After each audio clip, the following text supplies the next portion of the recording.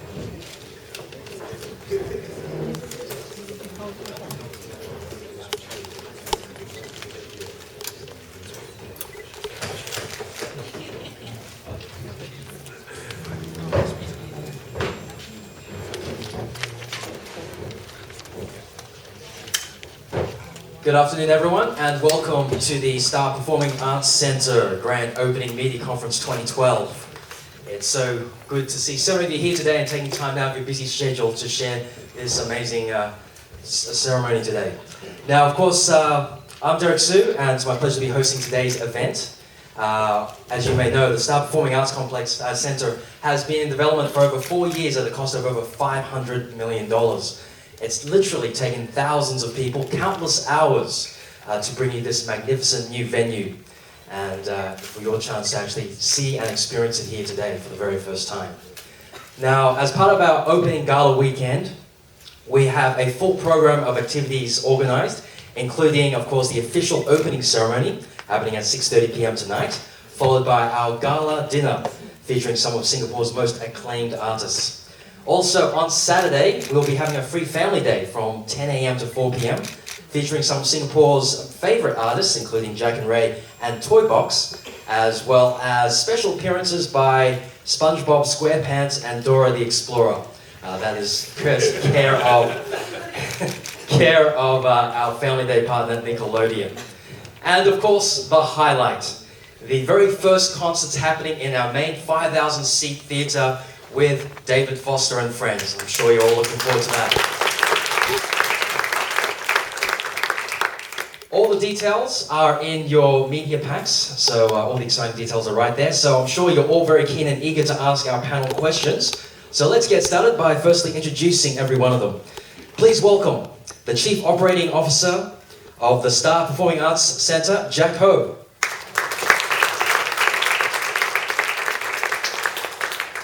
The architect of this amazing new building, award-winning Andrew Bomberg from ADAS.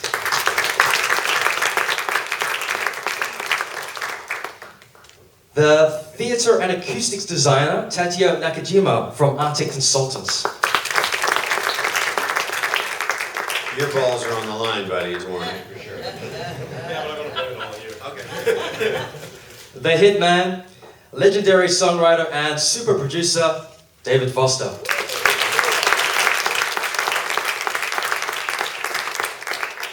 Multi-Grammy award-winning Shaka Khan. Yo. The Queen of Funk and Soul. Multi-Grammy award-winning songwriter, producer, and singer, Kenny Babyface Edmonds.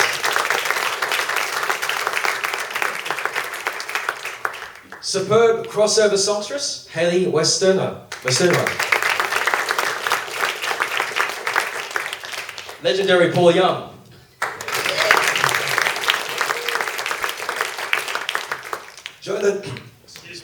Jonah Nelson, a new hit group from Sweden, Dirty Loops. Incredible tenor and singing sensation, Fernando Varela. Miss Ng Seo Ng from the Singapore Lyric Opera Children's Choir. And Mr. Gerald Tan from the fabulous a cappella group Vocaloptious. I'm sure you all agree with me today. We have a star-studded panel here today, so please join me again in thanking all of them for joining us here on this very special occasion. Let's get the panel started. I'm going to firstly ask Jack. This must be a very, very proud moment for you after so many years of planning to finally see this dream become a reality. How does it feel? Feels great, obviously. It's a proud moment for us, not just for me, but for my team. And honestly, there's a lot of joy to the whole team of people that work on this project, even including the consultants, the main contractors, the subcontractors. They are all looking forward to the opening of this building. Yeah. And what do you think makes this Performing Arts Centre so unique for Singaporean audiences and concert promoters? I think the key unique feature of our building is the 5,000-seat theatre, the Star Theatre. It is the first of its size in Singapore that is built purposefully, dedicated for concerts. It is not like a sports hall or a convention hall, but it is especially built for concerts. So it's going to be a fantastic place for performers, for audiences, and hopefully even for the technical crew. Yes, because you have a wonderful backstage, I hear. Yeah. Okay, fantastic. Thank you. David, happy birthday. Thank you very much. Well, if I may just speak for a second, or longer than a second, I just would congratulate the three gentlemen to our right, and most especially the architect who built this. I don't know how you could even begin to dream up something like this, although you probably can't write songs either, so, but it is magnificent, magnificent, magnificent. Congratulations to all three of you. As I look down to my left now, and I see the iconic talent that is gracing this stage for the first performance ever in this beautiful Performing Arts Center, and as you already mentioned, I mean, you've got one icon after another here with my friend Shaka and Babyface and Haley and Paul and Fernando down there, who's a newcomer, but you're going to hear lots from him, and Jonah, who is in the group Dirty Loops, and the other two Dirty Loops are right there. It's a three. It's not a one. It's a three. That's Hendrik and Aaron, and they belong up here too. In fact, guys, get your chairs and sit behind Jonah. Come on. With that hair, you have to be up here. You can't be down there. Please come up and join us. Try and not show too much of your underwear. It's Singapore. You can get arrested for that here.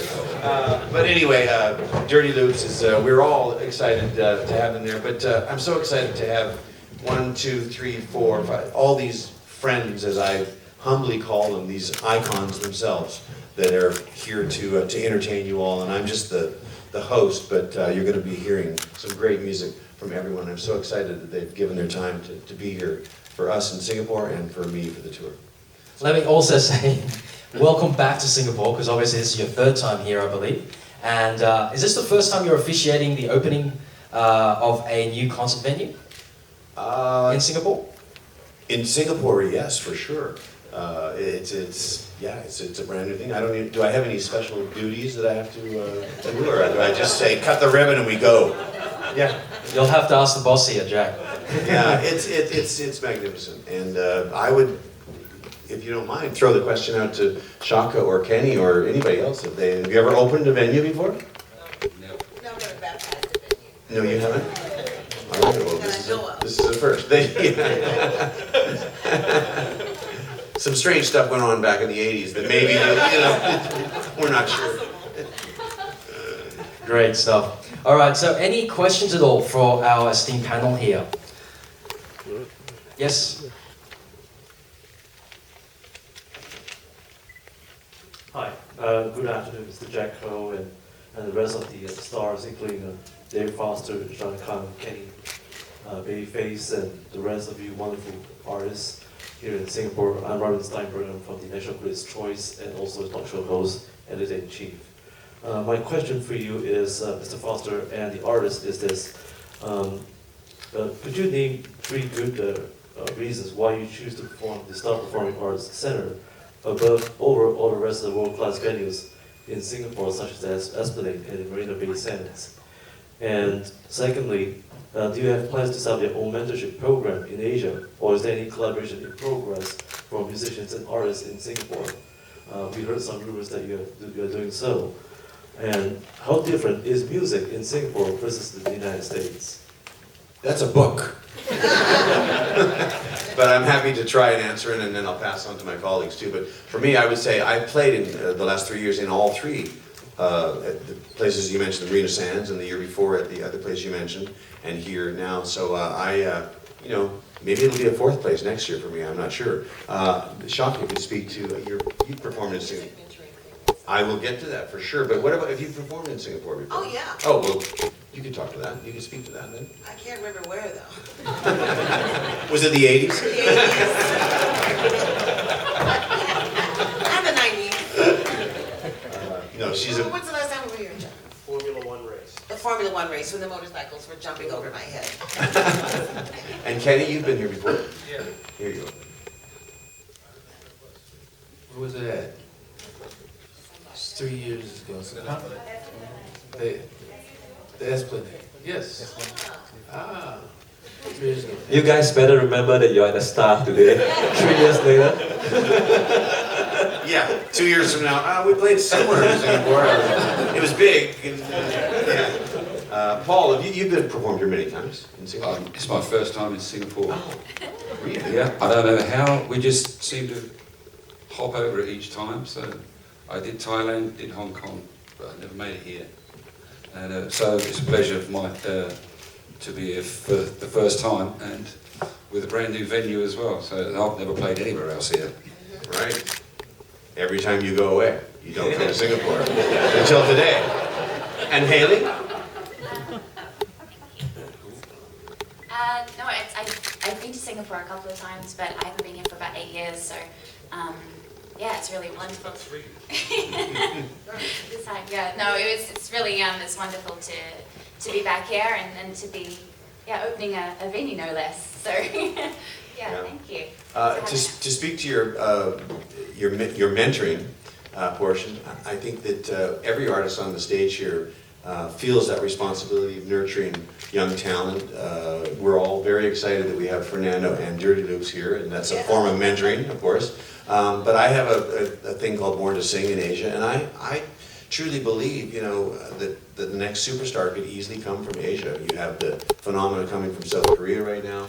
You have Charisse, who I mentored from the Philippines, and now Jessica Sanchez, who I'm helping from the Philippines. And there's so much talent here. There's 2 billion people in Asia, and it just mathematically makes sense that there is going to be a superstar come from here sooner than later.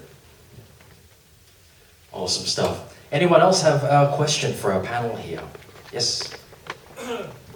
David, have you had a chance to try out the venue yet, and what was your impression of it? I was blown away when I walked on the stage. It is breathtaking. Have you seen it? You have not been on the stage. It will blow your mind. It is truly stunning. In fact, I was dreaming in my hometown of Victoria, British Columbia, where there's some talk of us doing an arts center on a smaller scale. And I was thinking, who built this? Because whoever that guy is, I want to talk to him about coming and trying to help us in Victoria. Is it, I mean, literally you sat with a pen and a paper and like went, I think I'll do this. Yeah, and the acoustics are fantastic. They'll be put to the test with Kenny and Shaka because they have not rehearsed yet. And also, well, the loops. Did you guys rehearse yesterday? Yeah. And? It was wonderful. Well, of course, you've never played anywhere before, so you know, it's all brand new. Everything's wonderful right now for you guys. 2 years from now, it'll be like, it was okay, but we've had better, you know. I like the fact that we could look out with no spotlights because it's a great view from the stage, isn't it? Yeah. It looks incredible there. Because, well, no, there will be when we're on. But I don't have spots in rehearsal, do you? So we could get to see out where all the seats, where the public are going to be, which we're not going to see that well once the spotlights are on the show day. So it was great to be able to look out, you know, and see the whole venue. I have a question for Shaka, if you don't mind. What, you know, and for Kenny too, you've been performing for 35 years now, right? I mean, almost 40, and I was a fan before I was a friend. What keeps you motivated? And so, I mean, you're here, you're on time, which is impressive in itself, and you're here, no, I don't mean you, because, no, I mean, after 40 years, it's like, okay, well, but you're excited, you're still, what keeps you excited? Well, life. Life. I have like several plates I'm juggling in my life, and each one of them are as important as the next. Everything is important. It's funny, they have an old saying that, you just waste it on the young. In a very large sense it is. I think I've seen a really big crop of wiser young people lately, but because of the times we're living in, of course, but yeah, it's about the time and the love that you give to people. It's about the giving of yourself at the end of the day, that's right. And you love making music? Yes, every day of your life? That's my thing. Which is fantastic. You're not jaded, and you're a good friend. Kenny, how about you? Because this is about your 25th year in. I would say, well, he's not that old. I would say life. I'm just going with your answer. And I different plates, and I forgot the whole answer. I was trying to find your answer. Exactly, ditto. Being inspired by everyone on the stage, even to be on the stage with David and be on the stage with Chaka. I grew up alongside. I won't say I grew up listening, but I grew up alongside being a fan, and being inspired to be a musician. So, and to be here on the stage, my friend Daryl out there, we could never imagine ourselves years ago that I would actually be sitting on stage next to Chaka Khan. That just wasn't going to happen. And so, and to think that, I'm standing here, she's like holding my hand and stuff. And then to, also be, here with David, David and I have become really good friends over the years. But more than that, just looking at him as a writer and a producer, and just to be in his company. I learn from David. I watch him all the time, and I'm amazed at who he is as a person. And so I think we're all lucky to be here, be one of David's friends, and be a part of the show. So I'm just happy to be here. Thanks, Kenny. On the subject of making music, I'd like to just ask Jonas from Dirty Loops. You're working on your debut album. I'm just wondering, what kind of things have you got in store for us? It's gonna be, it's quite interesting because we really know how we sound when we do covers, but it's a completely different thing to do originals. So it's been a fight for us, but I think it will be, you will hear that it's still us, and it's still Dirty Loops. Really. You'll be playing some originals in the Yes, I think so. Yeah, we'll see what happens. Fantastic. Any other questions that we have for our panel? Yes.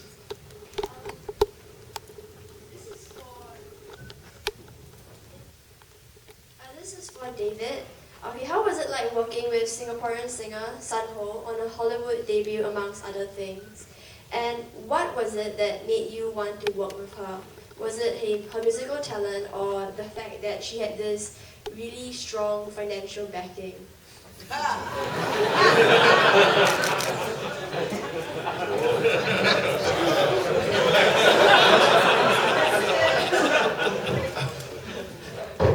I am happy to report, and she's a wonderful singer, I'm happy to report that I gave up being financially driven many, many years ago. And I would shamefully admit to everybody in the room here that when I was young, I was financially motivated, and I would do things for money.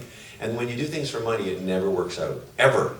It may feel like it works out for the immediate gratification, but in the long run, it just doesn't work out. And I can promise you one thing, that I do it from the heart, and I worked with her from the heart. And I am not interested in money anymore. I mean, of course, we all love to make money. We're not doing this for free, but I'm never motivated by financial gain because it just doesn't work. And I think everybody would agree with me.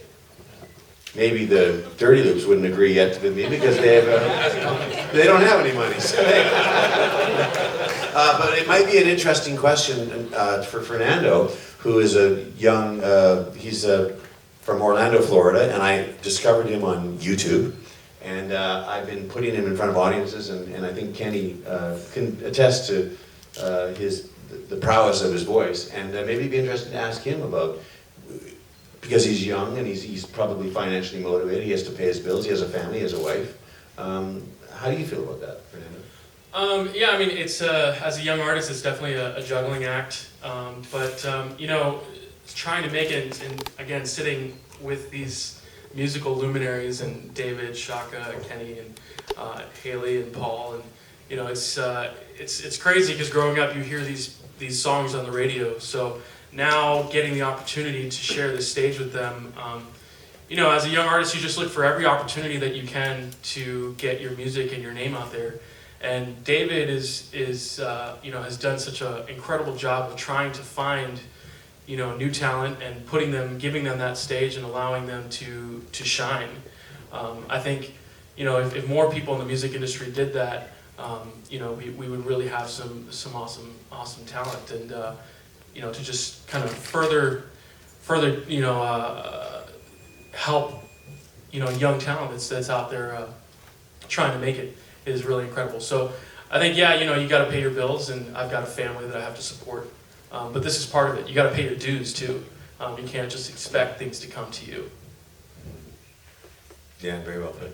Yes, very nice. And of course, we're talking about allowing artists to shine and having this wonderful venue. I just want to ask Tadeo a quick question about the dynamics of the shape and design of the building. Can you just share with us, you know, what inspired you with the actual the design, and does it compare to anything globally? Oh, I think the second part of the question we should ask others. Listen, venue design is a collaboration. It's a collaboration at the first level between what we do as auditorium designers and giving that input in the architect. And at the end of the day, I think the goal is that, in a way, where we start from, the ideas, like many artistic collaborations, you really can't tell where the edges are. And so we're very pleased at where we've gotten to, and I think that, I hope Andy is as well. It's a very different venue for us, actually. We're known more for opera houses and concert halls, more classical music venues. But of course, many of our theaters, I'm sure, played in a lot of our theaters, actually, as venues. And for us, it's the same process. You start with, what is it going to be used for? And how do you create that special connection between the artist and the audience, which is, at the end, what we're all there for, right? So you create that both acoustic and visual connection, and then you have to make all that magic happen without it being visible, and make everybody comfortable. And then that's when these guys can do what they need to do. I wish I had said that. That was so intelligent. It was very well said. I would like to say one other thing, though, and I'd like to thank, on our behalf, of course, the City of Singapore, but also AEG, who helped bring this all. Did I just say AEG? I got that wrong. That's my friend Phil. IMG, sorry. Scratch that, let's start again. I'd just like to thank IMG, because one of the things you're going to see on Friday and Saturday night, if you come to the concert, thanks to IMG, is that every artist on this stage, on this platform right now, can fill this room by themselves. So where else could you go to see 1, 2, 3, 4 artists, and 2 more that will one day, that could fill this room and see them all together in one place? That's what I think is the uniqueness of this package called David Foster and Friends, is that, Shaka and Kenny and Paul and Haley don't need me to fill this room, and they don't need each other to fill this room. So you're getting a very big bang for your buck, and that's what's exciting. You never know what's going to happen from one minute to the next on the stage. Somebody's going to pop out and do a duet with another person randomly, and it's going to be exciting. It is indeed. Yes. Can I just ask, I'll pose it as a question. talked a lot about the fact that the 5,000 seat venue is a unique venue in Singapore, and it is. There's from a seat count point of view, as well as the fact that it was purposely designed for the type of shows that take place in it. But actually, it's a seat count that is not that prevalent around the world at a high quality level either. What are your favorite venues at about this size of 5,000? I would defer to people like Paul and Kenny and, well, these four who have done a lot more performing than me. But I will just say what makes it unique, I think, is that there's not a lot of 5,000 seaters that are not sheds. I mean, this is not a shed. This is a... Yeah, or sports day, yeah. Here you go. It's like the perfect mix, you know, of audience size, because my favorite audience size, I always say, is 2,500. So you can actually get a Because I can see people, you get a connection, you feel them, instead of a mass of flesh, you know, that you can't connect. So this is so perfect for me, the count, because I was wowed when I heard the 5,000. I said, oh, that's perfect. You know, because this way you get to sing to a lot of people, and you get to connect with them at the same time. And I don't think anyone has built a theater yet that I'm aware of where you get this count of people and the acoustic benefits that you guys have built into this place. I think that's really, really a plus, and I'm looking forward. I'm excited to see it. I'm looking forward to sound check. We'll ask you afterwards. Paul, you say you and Haley sound check. Maybe you can comment on that. Because you played a lot of areas, a lot of venues.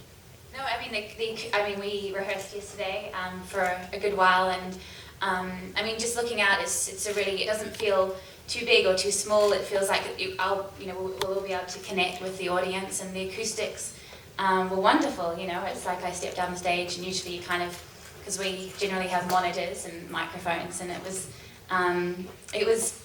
just I didn't have to say anything or feel uncomfortable for a few minutes. It just worked straight away. So it's going to be a real treat to perform there tomorrow night. Paul? And I'd agree about the size. I mean, the only, I think places like Wembley is about 7,000 or something, but it's traditionally always had sound problems at Wembley. It's never been great. We hung flags when we were there to try to stop the sound booming around and stuff. So I think 5,000 is definitely a better size. It feels more comfortable for us, I think, but also I think you stand a better chance of getting a nice sound. And then and when you roll into that, the fact that you've got a designer who's working on that premise alone, then it is going to sound good. Just moving away from the actual theatre, obviously that's magnificent. I've seen some of the photos, haven't actually checked it out yet. But I wanted to ask you, Andrew, about the actual design of this building. What do you think, from your perspective as the architect, what makes this building so unique in Singapore? That's a big question. We wanted to do something special, not just for Singapore, but for the world. And when you have a 5,000 person venue and it's floating 40 meters above the ground, and it's interlaced with the retail and all the activities. We really wanted to try to blur the different spaces so people are encouraged to discover and explore and kind of get, raised, their spirits raised. I'm thrilled to hear the comments coming to me from the left, and I don't even really want to be up on the stage. I just want to be in a corner watching how people interact with it.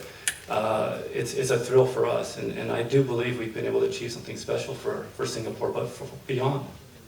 Wonderful. Does anyone else have any questions? Yes. Okay, I'll just say hi. The question is to David. You seem to have quite a lot of friends on this. To have an entirely new lineup every single year. Who called who, and how did you assemble the lineup for this year? Well, the friends, it just so happens that with the exception of Paul, they truly are real friends of mine. But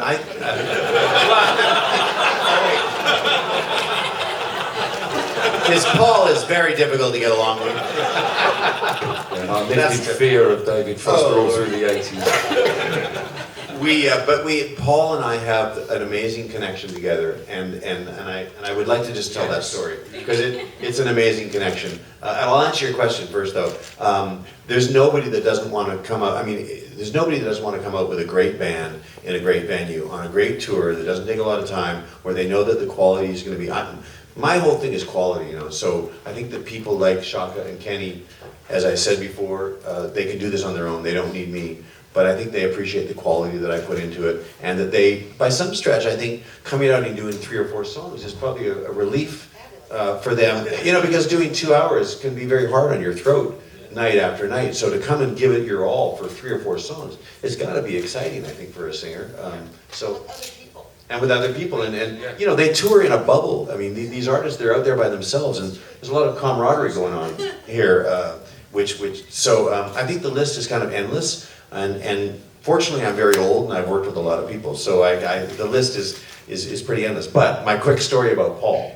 When I was doing The Bodyguard with Whitney Houston, and we picked a song, well, Kenny worked on The Bodyguard as well, too, with Whitney, but I was doing a song called What Becomes of the Broken Hearted, and that was going to be the main song in The Bodyguard. And I did a demo of it, and I couldn't get it right, and I played it for Whitney, and she said, oh, man, this doesn't sound good, try again. And I tried again, and I played it for her a second time, it just doesn't sound right. And I was really beside myself, because this was the big moment in the song. And I opened up Billboard magazine the next morning, and lo and behold, 53 with a bullet on the Billboard Hot 100 chart was Paul Young doing What Becomes of the Broken Hearted. And I was so excited for so many reasons, because I couldn't make the song work for Whitney. It's a fabulous song. He had a huge hit with it. I ran to Kevin Costner pretending that I was upset, but I was actually gloriously happy. And I said, we can't do this song because Paul Young is having a hit with this right now. It just won't work. So Kevin said, okay, well, let me think about coming up with another song. He called me 2 hours later. He said, what about that Dolly Parton song called I Will Always Love You? Why don't we try that? And when I heard that song, I immediately knew what to do with Whitney, and the rest, as they truly say, is history. And so I have Paul Young to thank for I Will Always Love You. We both got a hit. We are bonded, brothers. And we both got a hit out of it. So Exactly, yes. Worked very well. Just a couple of questions to our Singaporean representatives on the panel. Ms. Ng Seo Ng, what do you think about the venue as a potential venue for your choir, your children's choir, to perform in? Well, I haven't seen the stage itself, but we are hoping to do something special for. We started a program called Singing for All, for students, young people, to be singing together for community outreach, and we hope one day that we can bring a few hundred students on stage to sing in this venue. Fantastic. And Gerald, Vocaluptious, you've been together for a number of years, I believe. What would be the highlights so far in your journey? Being up here with David Foster, John Kang, and Paul Young and the likes. I think we're really quite privileged because we're not full-time singers. We all have our day jobs, and this is kind of like a hobby to us.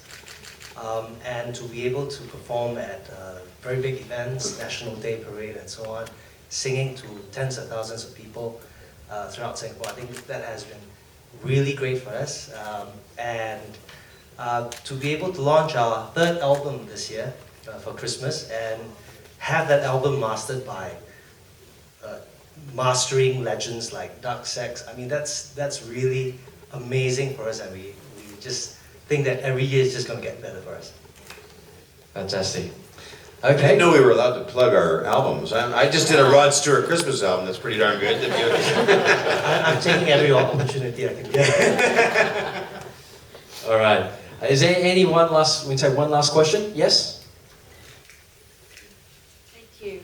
I'm Carmen Pang, I'm a freelance writer. I have a couple of design-related questions for Mr. Nakajima and Mr. Bromberg. Now, Mr. Bromberg, I understand that your design philosophy is human sustainability. Can you walk us through what are